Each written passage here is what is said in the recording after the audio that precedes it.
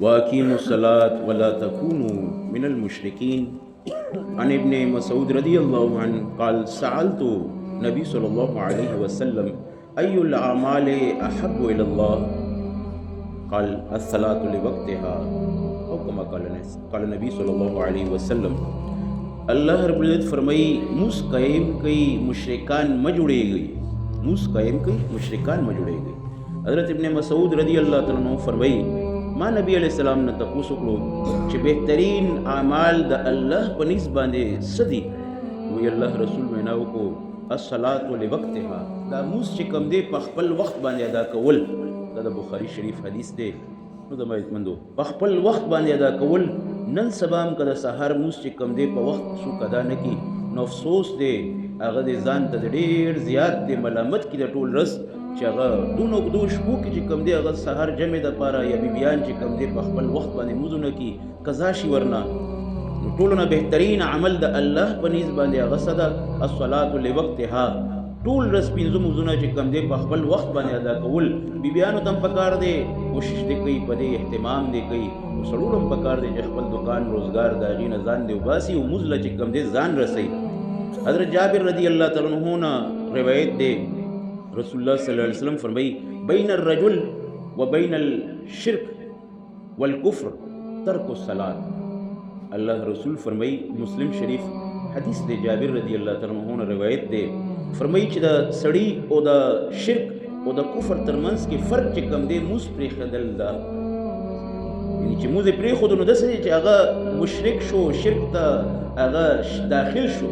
ځکه الله هم وینا کړې واقیموا الصلاة ولا تکونوا من المشرکین. موس قایم کوي مشرک مه جوړېږئ. یعنی څونه سخت وعید ده من ترک الصلاة فقد کفر. چا موس پرېښودو هغې کفر وکړو، هغې کفر وکړو. بیا یو حدیث کې دی حضرت عبداللہ بن عمر رضی اللہ تعالیٰ عنہ نے روایت دے چې رسول الله صلی الله علیه وسلم فرمایي چې که تاسو موس قایموئ، موس خپل وخت باندې کوئ، موس قایموئ، د هغې لویه فایده دا به وي چې ورځ د قیامت ستاسو دپاره نور به وي او برهان به وي ستاسو دپاره. او که تاسو موز نه قایم کوئ، موز نه کوئ، نه ستاسو دپاره ورځ د قیامت نور به وي او نه به برهان نه دلیل به وي ستاسو د نجات دپاره. او بیا رسول الله صلی الله علیه وسلم فرمایي چې د هغه کس حشر به قارون سره، فرعون سره، حامان سره، ابی بن خلف سره، د څلور وړه نهایت خطرناک کفار چې هغوی نهایت چې کوم دی خطرناک عذاب کې مبتلا به وي. دا حدیث چې کوم دی د بهقي او دارمي او د مسند امام احمد بن حنبل رحم الله مسند احمد حدیث دی دا.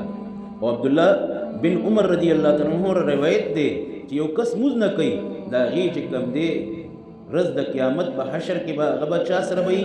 هغه به فرعون سره، قارون سره، حامان سره، ابی بن خلف سره د هغې حشر به کېږي.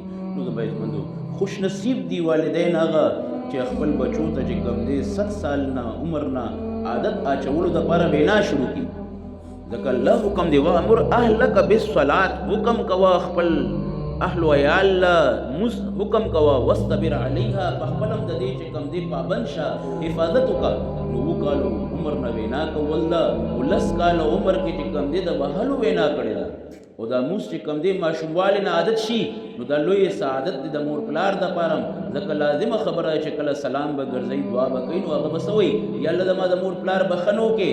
او که د موز عادت نه یې جوړ کړی نو د هغې دپاره دنیا کې هغې دپاره هم خیر و برکت نه محرومیت ده، د هغې د مور پلار دپاره هم د آخرت چې کوم دی هغه لوی عظیم درجات نه چې کوم دی محرومیت ده.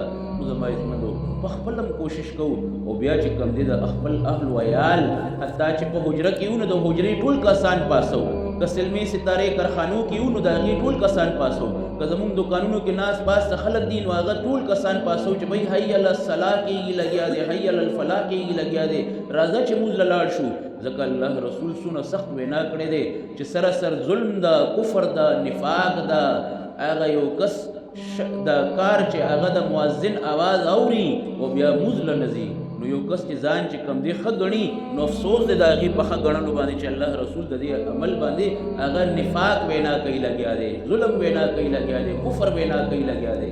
په خپل هم کوشش کوو او خپل چې کم دی څونه احباب دي په هغې باندې هم کوشش کوو. سکولونو کالجونو له خو پاسو، اصل شی دا دی چې موږ له یې پاسو، موږ له یې پاسو، موږ مخکې ور باندې وکړو بیا چې کم دی خپل روزګار کار کسب تک چې کم دی هغه داسې ده چې هغه رحمان جنډه په لاس نیولې ده، د ایمان جنډه په لاس نیولې ده. او څوک موز نه کوي هغه کار کسب ته لاړ شي یا سکول او کالج ته لاړ شي، شیطان جنډه په لاس نیولې چې کم دی روان ده.